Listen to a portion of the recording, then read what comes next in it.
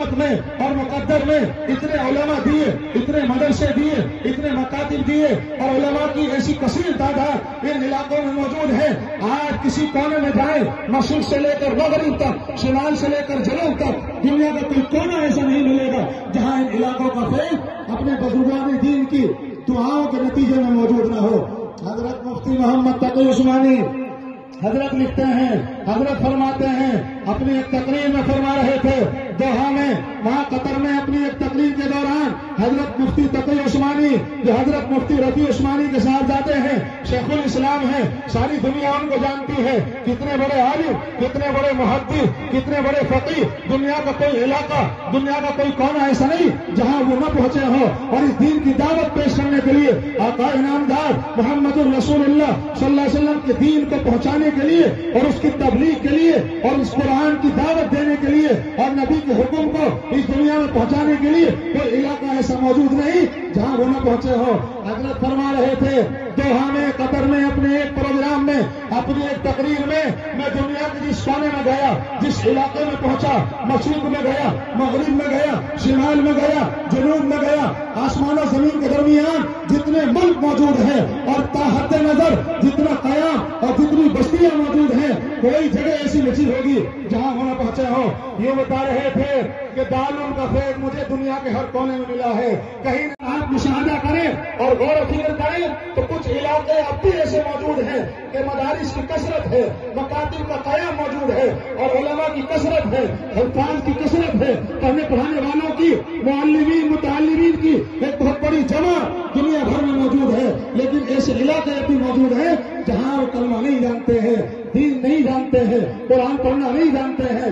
کلمہ نہیں سیکھتے ہیں، کلمہ ان کو آتا نہیں ہے۔ ابھی ایک بدروں سے ملاقات ہوئی، بتا رہے تھے یہ علاقہ سارا مرکز ہے، ساری دنیا میں فیض اللہ نے اس علاقے سے پہنچایا ہے۔ یہ مظفر نگر کا علاقہ، شاملی کا علاقہ، یہ میرٹھ کا علاقہ، یہ سہارنپور کا علاقوں کا، اور ان میرے بھائیوں بستیوں کا حال یہ ہے کہ مدارس بند ہو رہے ہیں، مکاتب بند ہو رہے ہیں، مدرسوں پر تالے پڑے ہوئے ہیں اور ان پر نظر چاروں طرف سے پڑی ہے، اور خود ہمارا حال یہ ہے کہ ہم ان کی آبیاری کے لیے جیسی کوشش ہونی چاہیے نہیں کر رہے ہیں۔ ہم یہ نہیں کہتے کہ آپ خدمت نہیں کرتے، آپ اتنی خدمت کرتے ہو، آپ اتنا تعاون مدرسوں میں بھیجتے ہو اور سب کچھ قربان کرنے کے لیے ہر وقت تیار رہتے ہو، لیکن بس کمزوری یہ ہے کہ اہمیت نہیں ہے، قدر نہیں ہے۔ یاد رکھو، جس چیز کی قدر نہیں ہوتی ہے، جس چیز کی اہمیت نہیں ہوتی ہے، آدمی اس نعمت سے اور اس عظمت سے اور میرے بھائی اللہ کی اس عظیم نعمت سے محروم ہو جاتا ہے۔ لئن شکرتم لازیدنکم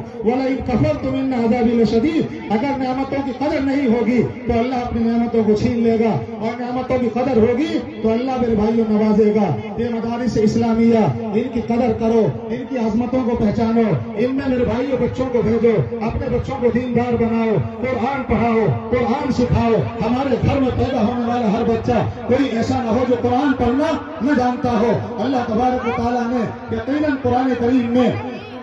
فرمایا الرحمن علم القرآن خلق الانسان علمہ البیان۔ یہ قرآن کی آیتیں ہیں، سب حضرات حفاظ کرام وہ سب جانتے ہیں، وہ سب ماشاءاللہ حافظ قرآن علماء کی ایک کثیر تعداد ہے۔ یہ جو آیتیں قرآن کریم کی میں اس وقت میں نے پڑھی ہیں اور تلاوت کی ہے، اللہ تبارک و تعالیٰ نے ان قرآن کریم کی آیتوں میں جو ترتیب اختیار فرمائی اور جو ترتیب ان میں آئی ہے قرآن کی آیتوں میں، اس سے پتہ چلتا ہے۔ اور حضرات مفسرین نے، حضرات محدثین نے، حضرات فقہاء نے، حضرات علماء کرام نے اس بات کی طرف اشارہ کیا ہے اور متنبہ کیا ہے تمام انسانیت کو، تمام لوگوں کو، کہ قرآن کی اس ترتیب میں اشارہ ہے اس بات کی طرف کہ بچے کے پیدا ہونے سے پہلے، بچے کے وجود سے پہلے، بچے کی دنیا میں آمد سے پہلے، اس کی ولادت سے پہلے، اس کے دنیا میں آنے سے پہلے اسے قرآن پڑھانے کی فکر ہو جانی چاہیے۔ کیا فرمایا؟ الرحمن علم القرآن خلق الانسان علمہ البیان۔ رحمان وہ ہے جس نے قرآن سکھایا، انسان کو پیدا کیا اور اس کو بولنا سکھایا۔ اچھا بتاؤ، پہلے پیدا ہوتا ہے یا قرآن پڑھتا ہے؟ پہلے پیدا ہوتا ہے، پھر بولنا سیکھتا ہے